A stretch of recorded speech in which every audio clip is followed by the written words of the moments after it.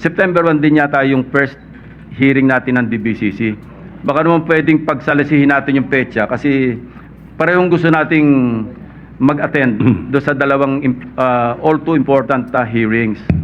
So baka naman pwede mapakiusapan natin yung Blue Ribbon na ilihis man lang sa ibang petsa, not on September 1. First of all, I would like to manifest, being the Vice Chair of the Blue Ribbon Committee, we have already invited the Philippine Contractors Accreditation Board on our next hearing, Mr. President. Mr. President, I rise today with anger and frustration, not just as a legislator, but as a Filipino taxpayer. Because what I heard in the privileged speech of our colleague, Senator Lacson, is nothing short of a national disgrace. Ginoong Pangulo, ito po ay garapalan at sistematikong pandarambong harap-harapan. Habang ang mga bata hindi makapasok sa eskwela at mga manggagawa late sa trabaho dahil sa baha ang kalsada, may mga opisyal at kontratista na nagbubunyi sa kanilang mansyon. Now, will a distinguished gentleman from Cavite yield to some direct and very serious question? Willingly to the distinguished gentleman from Palawan and the Republic of the Philippines. Ang una ko pong katanungan, Mr. President, ang pag-i-insert po ba sa NEP o ika nga sa BICAM, kaya bang gawin ito ng isang ordinaryong mambabatas o kinakailangan niyang ika nga maging opisyal o mataas may kataasang katungkulan bilang mambabatas, Mr. President? Every legislator, Mr. President, is entitled to introduce amendments. Hindi natin mapipigil because all of us, ako mismo, nag-amend po ako, nagsasabit ako ng amendments. When we had this discussion, I had this discussion with the chairman of the Finance Committee, and right away, he understood where he was coming from when he was reluctant during my interpellation to accept my supposed amendments na i-identify natin yung mga proponents ng mga amendments. When we had this one-on-one talk or discussion, paano naman Senping, sabi niya, marami tayo, may mga kasama naman tayo dyan, mahilig lang magpadagdag, hindi naman naghahanap kung saan kukunin yung pandagdag. And siyempre, ako tagahanap noon, being the chairman, magagalit naman sa akin yung mga agencies na binawasan ko para idagdag doon sa mga advocacies, doon sa mga proposed amendments ng ating mga kasamahan.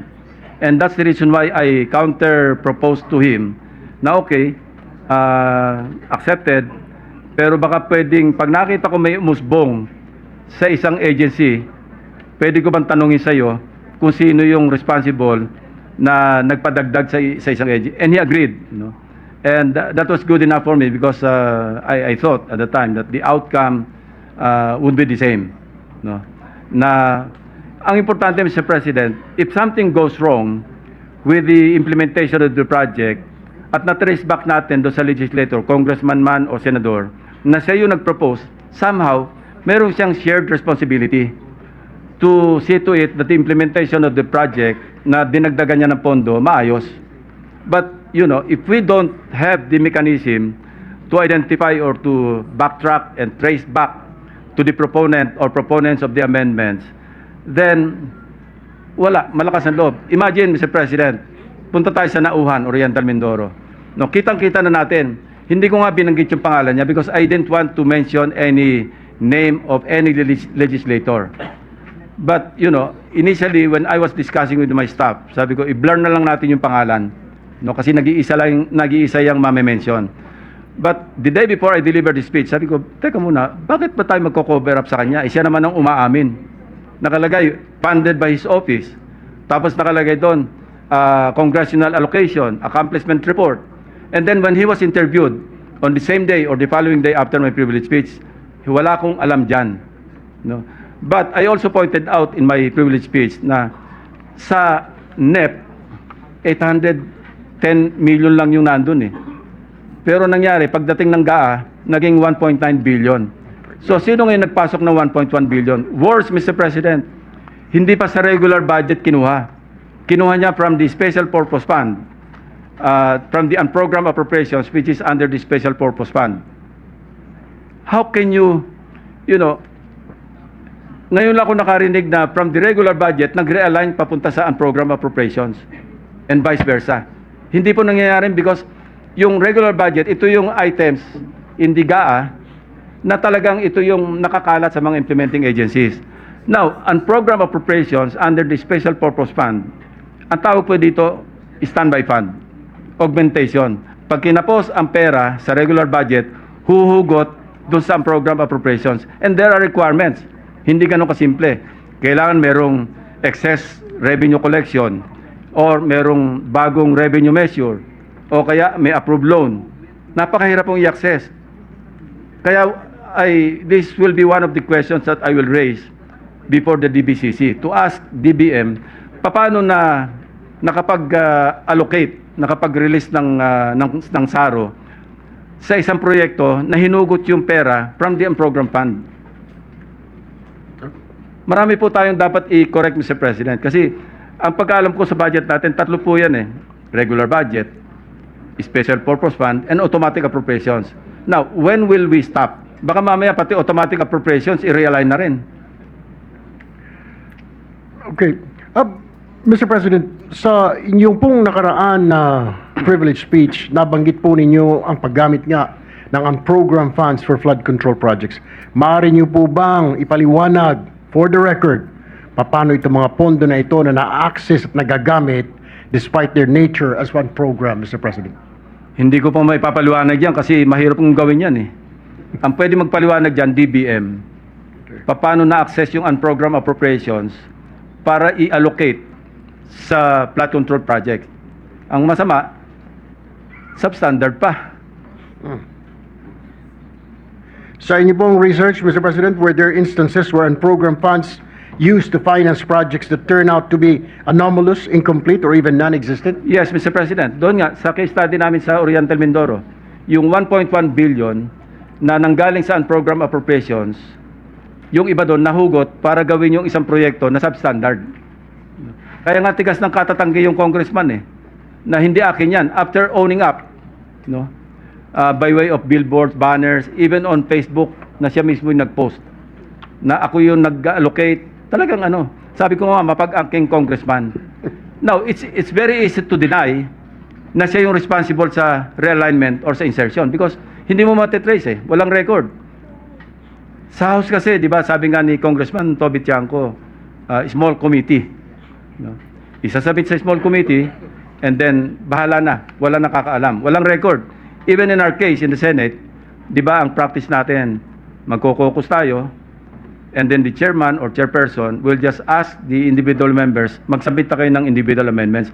I understand the predicament of the chairman, Mr. President, because if we tackle everything on the floor, hindi tayo matatapos. Kaya ginagawa na lang, for exigency, magsabit na lang kayo ng written amendments. But, Mr. President, sana man lang, alam natin kung sino yung nagsubmit ng written amendments. Kasi meron daw tayong kasama rito, magdadagdag sa isang department ng 5 billion. Wala namang kasama kung saan kukunin. I think we should be responsible enough na pag nagdagdag tayo sa isang department, sa isang agency, tayo na rin ang humugot kung saan kukunin. Para kumpleto kasi zero sum yan, Mr. President. Para bang plus minus, we will end up with the same sum, total. Kasi we cannot increase the budget. We can only reduce or maintain the total, the net total of the items or the funds for that particular GAA. Mr. President, you also mentioned coded budget in Bulacan First District. There were 28 projects all pegged in 77.199 million. Sa dinami-dami po ng ahensyang naghimay-himay ng budget, bakit po nakalusot? Bakit ngayon lang natin ito nakita? Bakit tila hinayaan natin na mangyari ito, Mr. President? The same question lingers in my mind, Mr. President. Paano nangyari? I cannot answer your question, Mr. President. Mr. President, sa darating po na budget deliberation, paano po ito dapat bantayan, lalo na ng mga parte ng inyo pong grupo ng minorya? Well, sa akin, one good deterrent is to identify the proponents of the amendments or insertions. Malaking deterrent po yun. Kasi sa ngayon, malalakas ang loob na mag-insert in the billions or tens of billions of pesos. Kasi alam nila, hindi naman sila ma-identify eh. But if they know that the records would show kung sino yung mga nag-introduce ng amendments or insertions, then that's a good deterrent. Hindi lang yun, Mr. President. Sabi ko nga kanina, there will be a shared responsibility on the part of the proponent or proponents to really monitor yung implementation ng mga proyekto na sila mismo yung responsible for the insertion. Mr. President, to what extent do members of Congress or local officials have discretion or influence in identifying flood control projects in their areas, Mr. President? There should be no discretion, Mr. President. Dapat ito nakapasok lahat doon sa local development plans being submitted all the way up, from the Barangay Development Council to the municipal or city to the provincial and eventually to the regional development councils. I'm glad that the President issued Executive Order number 82, enhancing or strengthening the regional development councils. And I hope maging active talaga yung mga regional development councils, yung mga local development councils in the crafting of the national expenditure program. Ang problema, the timing is off. I heard from most governors na while the budget call happens sometime in February, March, April, prior to the son of the President, kasi within 30 days, kailang may sabit na yung NEP sa House of Representatives. The problem is, hindi pa tapos yung mga regional development councils. Late na sila. So hindi na sila makakahabol sa budget call. I think DBM or the DBCC, Development Budget Coordination Committee, should take a second look doon sa timing or the pacing of the budget process. Mauna sana dapat yung pag-submit ng mga regional development councils. Anyway, members din naman doon yung mga regional directors ng national agencies, along with the governors. Dapat mauna sila bago mag-budget call. Nasa ganon, nakasynchronize yung mga needs and priorities ng mga local government units doon sa ipiprepare na National Expenditure Program or the President's budget.